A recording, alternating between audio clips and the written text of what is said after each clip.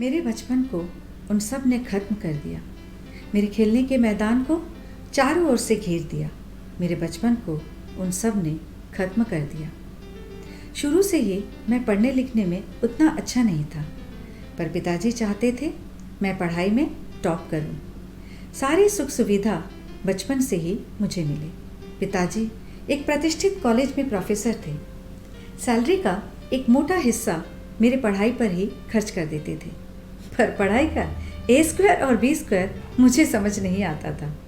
पर डिमांड थी tuition teacher और नई किताबों के खर्चे मेरे मार्कशीट पर दिखने चाहिए। रिजल्ट वाले दिन पिताजी खुद मुझे स्कूल ले जाते थे, और जब वो देखते थे कि मुझे छोड़कर बहुत सारे बच्चों को मैथ्स में A+ मिला है, तब शुरू होता था उनके अंकों का असली हिसाब किताब। मुझे तो ये भी सुनना पड़ता था कि उनके बेटे को 90% मिला है, जबकि उसके पापा ने उसे मैथ्स में कोई स्पेशल ट्यूशन नहीं दिया था। ये भी कहते तुम्हारे एक्स्ट्रा रेफरेंस बुक और ट्यूशन के रहते हुए भी उसे कैसे तुमसे ज़्यादा नंबर मिले। तुम्हारे पीछे इतना खर्च किया, पर तुम्हें कोई फ़र्क ही नहीं पड़ता। कुछ नहीं होगा तुमसे। मेरी सारी मेहनत और खर्चे सब बेकार हुए। पिताजी के मुख से तुमसे कुछ नहीं होगा, ये बात इससे पहले भी कई बार सुना था। स्कूल में एक क्विज कंपटीशन में उन्होंने मेरा नाम लिखवा दिया। 2 प्रश्नों के जवाब गलत देकर मैं सेकंड आया था। तब भी सुना था तुमसे तो कुछ भी नहीं होगा। असल में बात यह है, मैथ्स और साइंस बड़ा ही कंफ्यूजिंग है। स्पोर्ट्स, म्यूज़िक या फिर ड्राइंग, ये ऐसा नहीं है। पिछली बार क्रिकेट टूर्नामेंट का चैंपियन ट्रॉफी माँ ने अलमारी में छुपा दिया था। पिताजी को अगर दिखता तो उसकी जगह शायद घर पर ना होता। पढ़ना लिखना सीखकर पिताजी की तरह एक सफल प्रोफेसर बनना, यही मेरे जीवन का लक्ष्य होना चाहिए था, ऐसा वो चाहते थे। थक गया था थोड़ा।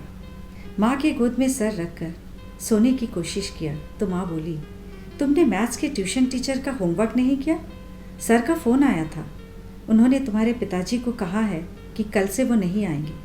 तुम्हारे लिए कोई दूसरा टीचर रख ले।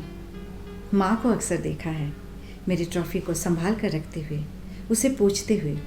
उनको लगता था पढ़ाई के साथ साथ मैं अगर अपनी रुचि और पसंद का कुछ कर पाता तो बेहतर करता।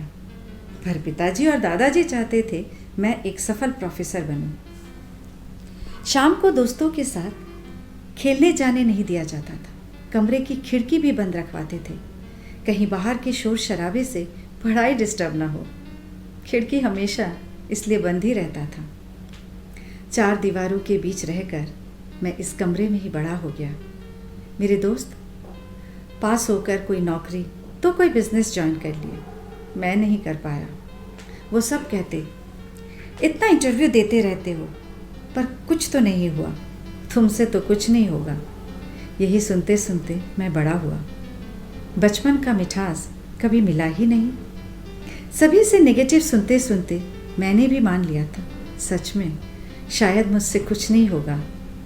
ऐसे हालात में खुद का ख्याल भी नहीं रख पाया। सिगरेट के धुएं ने लंग्स को चारों ओर से जकड़ लिया था। मुझे संभालते संभालते पिताजी रिटायर हो गए और माँ जिंदगी से। पर मैं खुद को सफल नहीं बना पाया। कैसे कर पाता? सुबह से शाम तक मेरे आसपास के लोग दिन भर एक ही बात सुनाते, इस तरह ज़िंदगी को बर्बाद करने से तो अच्छा था कुछ कर लेते। कुछ भी तो सीखा नहीं जीवन में। हम सबके रहते कुछ कर लेते तो कुछ तो तुम्हारा अच्छा देख पाते। अब मैं कैसे कहूँ, मैं भी तो कुछ अच्छा करना चाहता था। पढ़ाई के साथ साथ कुछ ऐसा जिसमें मेरी रुचि हो, जो मुझे अच्छा लगता हो। मेरी इच्छा, मेरी मर्जी किसी ने जानना चाहा ही नहीं।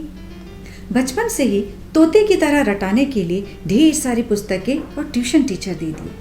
मेरा बचपन ऐसे ही खत्म हो गया। घर के कोने में मकड़ी के जालों की तरह मेरे जीवन में भी मकड़ी ने अपना घर बना लिया था। मैं सिकुड़ गया हूँ, सहम गया हूँ मैं। अब और कुछ अच्छा नहीं लगता।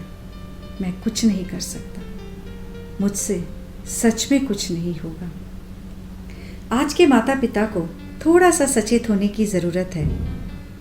बच्चों के ऊपर अपनी मर्जी थोप कर ये मत कहिएगा तुमसे तो कुछ नहीं होगा। जो आप नहीं कर पाए उसे पूरा करने के लिए उस पर जोर मत डालें।